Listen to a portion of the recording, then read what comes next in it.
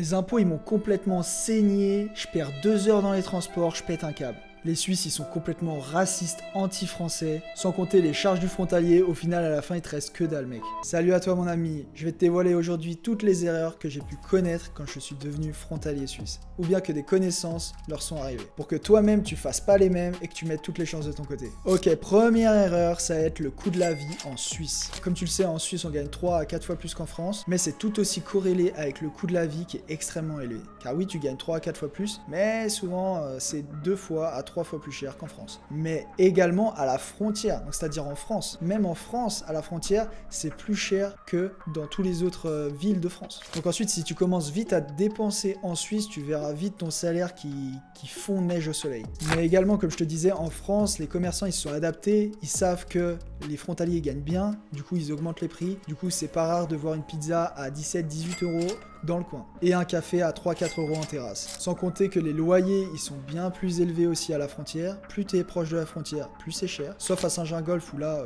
ça a cheaté le code, mais bon, c'est une ville vraiment de dortoir. Mais si tu as une bonne gestion financière, que tu épargnes chaque mois une grosse partie de ton salaire, tu pourras t'en sortir largement et avec un SMIC suisse, mettre entre 15 000 et 20 000 euros de côté facilement. Deuxième erreur, ça va être qu'il va falloir que tu payes ton assurance maladie de ta poche, donc ta sécurité sociale. Ou bien, quand tu deviens frontalier suisse, il va falloir que tu fasses un choix entre la CMU et l'ALAMAL en Suisse pour ton assurance maladie. Et dans tous les cas, il va falloir que tu payes. Le prix varie selon ton salaire. Il va être plus intéressant souvent dès que tu gagnes beaucoup d'aller à l'assurance suisse. Et si tu gagnes très peu, reste en France ou si tu es célibataire sans enfant. D'ailleurs, si tu souhaites toi aussi avoir plus d'informations et passer le pas et devenir frontalier suisse, mais que tu sais pas comment t'y prendre et ça te fait peur toutes ces démarches, et que tu souhaites être accompagné de A à Z pour y parvenir, clique sur le lien juste en dessous de la vidéo pour postuler à notre accompagnement. Troisième erreur, les entreprises suisses n'acceptent pas les IBAN en FR. Donc français.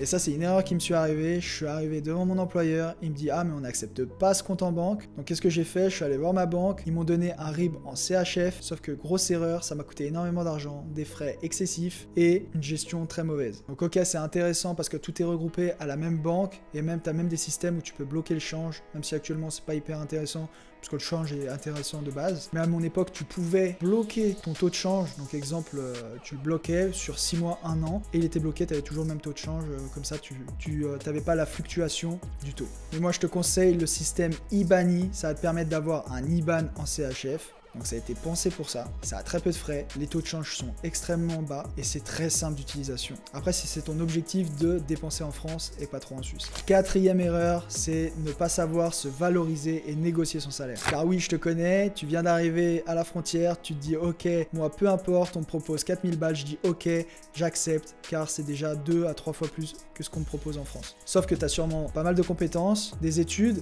des expériences à valoriser et ça vaut sûrement peut-être 4000, 5000, 6000, 7000, voire plus, tu sais pas. Donc pour savoir exactement combien tu vaux par rapport à tout ça, il y a un site, j'ai fait une vidéo sur le sujet, sur comment négocier son salaire et comment calculer combien on vaut sur le marché. Il y a un site qui te dit tout, dans lequel tu peux calculer exactement ton prix moyen que tu peux espérer gagner en Suisse. Et également faire le calcul entre le brut et net, savoir combien il va te rester à la fin. Cinquième erreur, le transport selon là où tu travailles. Je savais que si tu voulais aller à Genève, il y avait énormément de bouchons. Pareil, si tu voulais aller à Montreux ou dans le Valais, ou même si tu voulais prendre le bateau, c'était blindé à l'intérieur. Mais quand tu vis ça de l'intérieur, je peux t'assurer que c'est pas facile à vivre. Ici, je te dis la vérité, je l'ai vécu et c'est pas simple au bout de quelques années quand tu te tapes 1 heure à 2 heures de route aller pour aller au travail. T'arrives, t'es déjà éclaté. Pour moi, c'est l'une des parties les plus difficiles dans la vie du frontalier, c'est cette partie-là. Mais il y a des options où tu peux arriver beaucoup plus vite au travail. Si tu habites à Annemasse, exemple, ou même à Gaillard, tu es directement à Genève, tu peux y aller à pied, limite. Après, il faut aimer habiter là-bas. Même le bateau, on met 30 à 35 minutes pour y aller, c'est assez rapide, mais il y en a qu'un chaque heure. Après, ce qui va être le plus compliqué, c'est pour aller à Montreux, Valais, etc.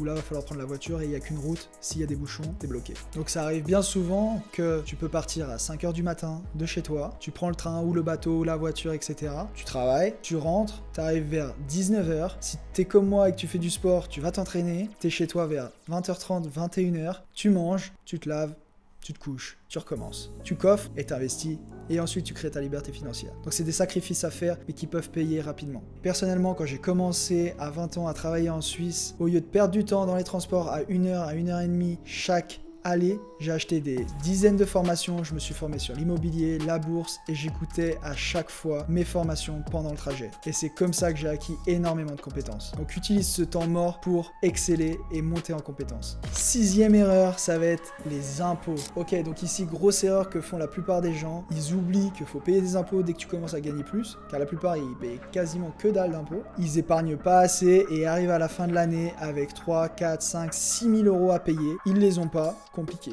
Après, bien souvent, il y a des entreprises qui proposent des 13e salaires et ce 13e salaire va venir payer ses impôts. Donc pense à bien mettre de côté déjà pour toi et ta vie future, mais également pour les impôts. 7e erreur, ne pas s'arrêter à son premier job. Car oui, bien souvent, je vois même pour les membres de mon accompagnement, ils se disent moi je veux travailler dans ce secteur, dans ce poste, rien d'autre, et ils galèrent à trouver. Donc peut-être fais une petite concession à trouver un poste soit un petit peu en dessous pour remonter en compétence dans l'entreprise, soit dans un autre domaine pour ensuite avoir le permis de travail directement et avoir plus d'opportunités qui s'offrent à toi. Car si tu mets 6 mois, 1 an à trouver le poste de tes rêves, tu auras mis 0 de côté, tu n'auras rien gagné, tu n'auras pas pu investir. Alors que si tu aurais gagné moins, tu n'as pas le poste que tu veux, tu auras commencé à gagner tes premiers 5 000 ou 4 500, peu importe, tu vas pouvoir commencer à épargner, mettre de côté, commencer à investir et créer ta liberté financière maintenant. Et tu auras le poste que tu veux plus tard. Et voilà mon ami, on a vu toutes les erreurs les plus communes que j'entends et que j'ai pu passer. N'hésite pas à t'abonner à la chaîne pour voir toutes mes vidéos et à liker cette vidéo si tu l'as kiffé. Force à toi mon ami.